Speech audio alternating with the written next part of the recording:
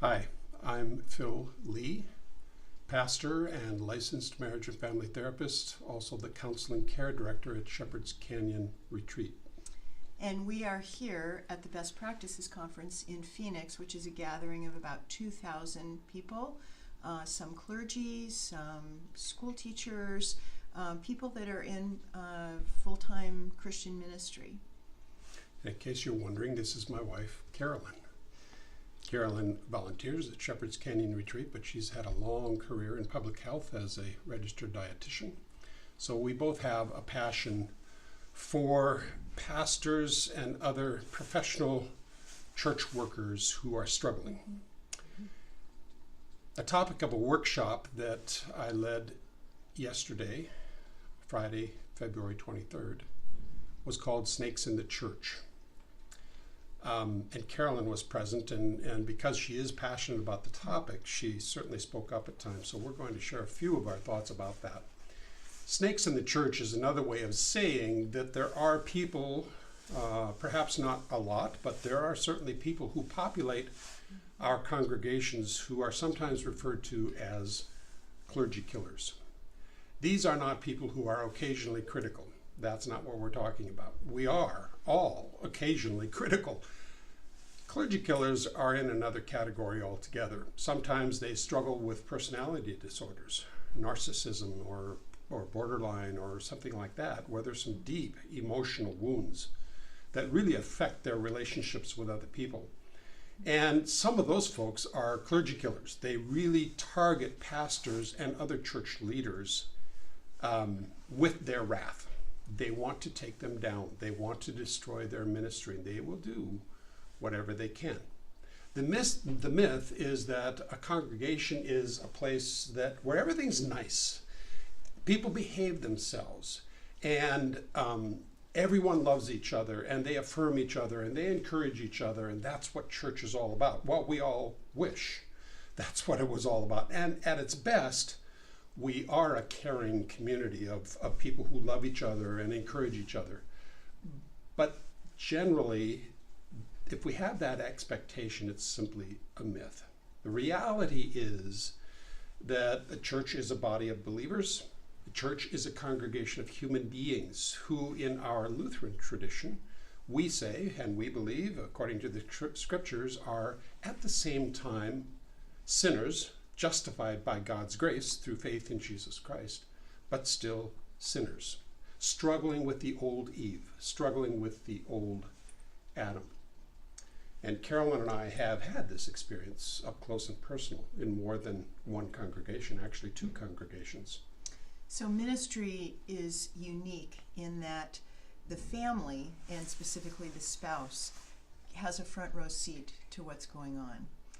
And so when these situations have happened in our Christian life and in churches that we have been in, I have felt what Phil is going through really deeply. And I have heard this so many times from spouses of pastors. The family really suffers because it's not a workplace that you're not familiar with, involved with, or have friends at. You go there on Sunday, you're there at other times, and you're up close and personal with all kinds of folks, some who are affirming and some who are really difficult. And you are watching your spouse go through these difficult times. And it's a pretty unique spot to be in. And at its best, it can be wonderful. But in difficult times, it can be really, really hard. And for pastors' families, they often don't have a place to go. They don't know who to talk to. Who's a safe person to talk to? Do they talk to somebody in leadership? Do they talk to somebody at their church?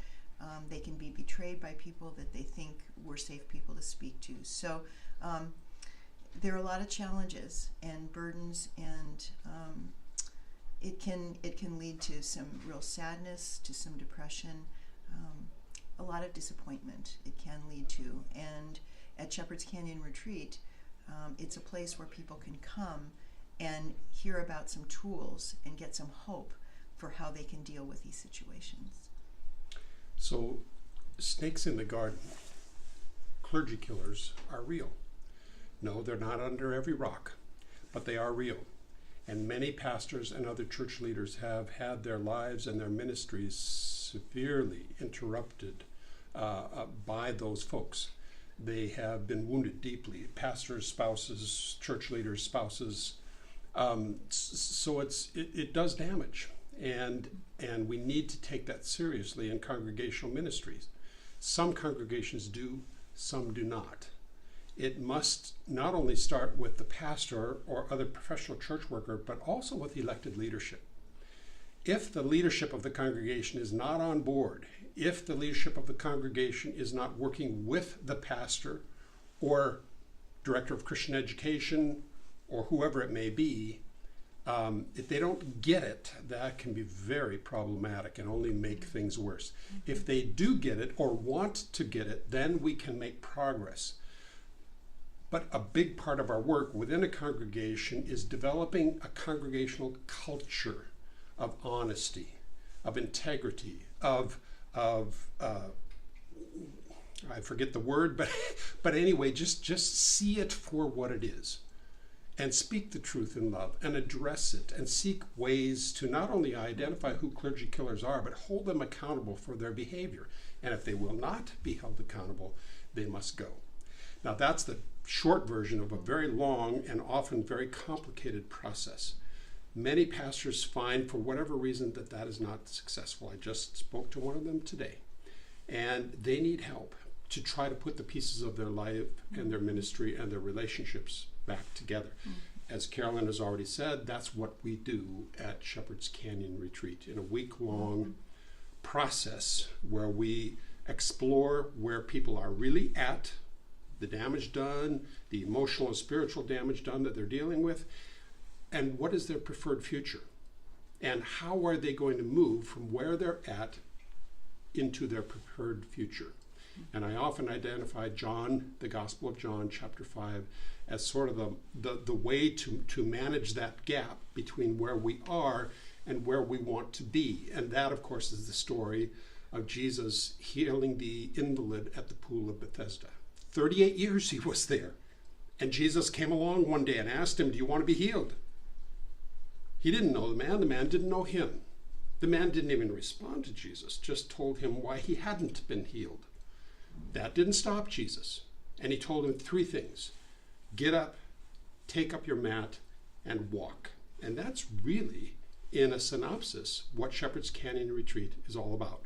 Knowing where you are, knowing where you want to be, and how you're going to get there. How are you going to take up your mat? How are you going to get up? How are you going to walk and move forward into a preferred future that is all about knowing and doing the will of God in your life?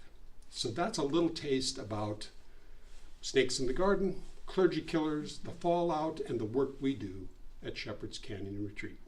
And what we're seeing is that a lot of pastors and certainly spouses really come into ministry not prepared for some of the issues that come up in the church, and church conflict can really come out of that. And so we need to kind of normalize the idea that you really shouldn't have all the answers going into ministry. Challenges will take place, and here's a place that you can come and get some great tools. Thanks for tuning in. Thanks for listening.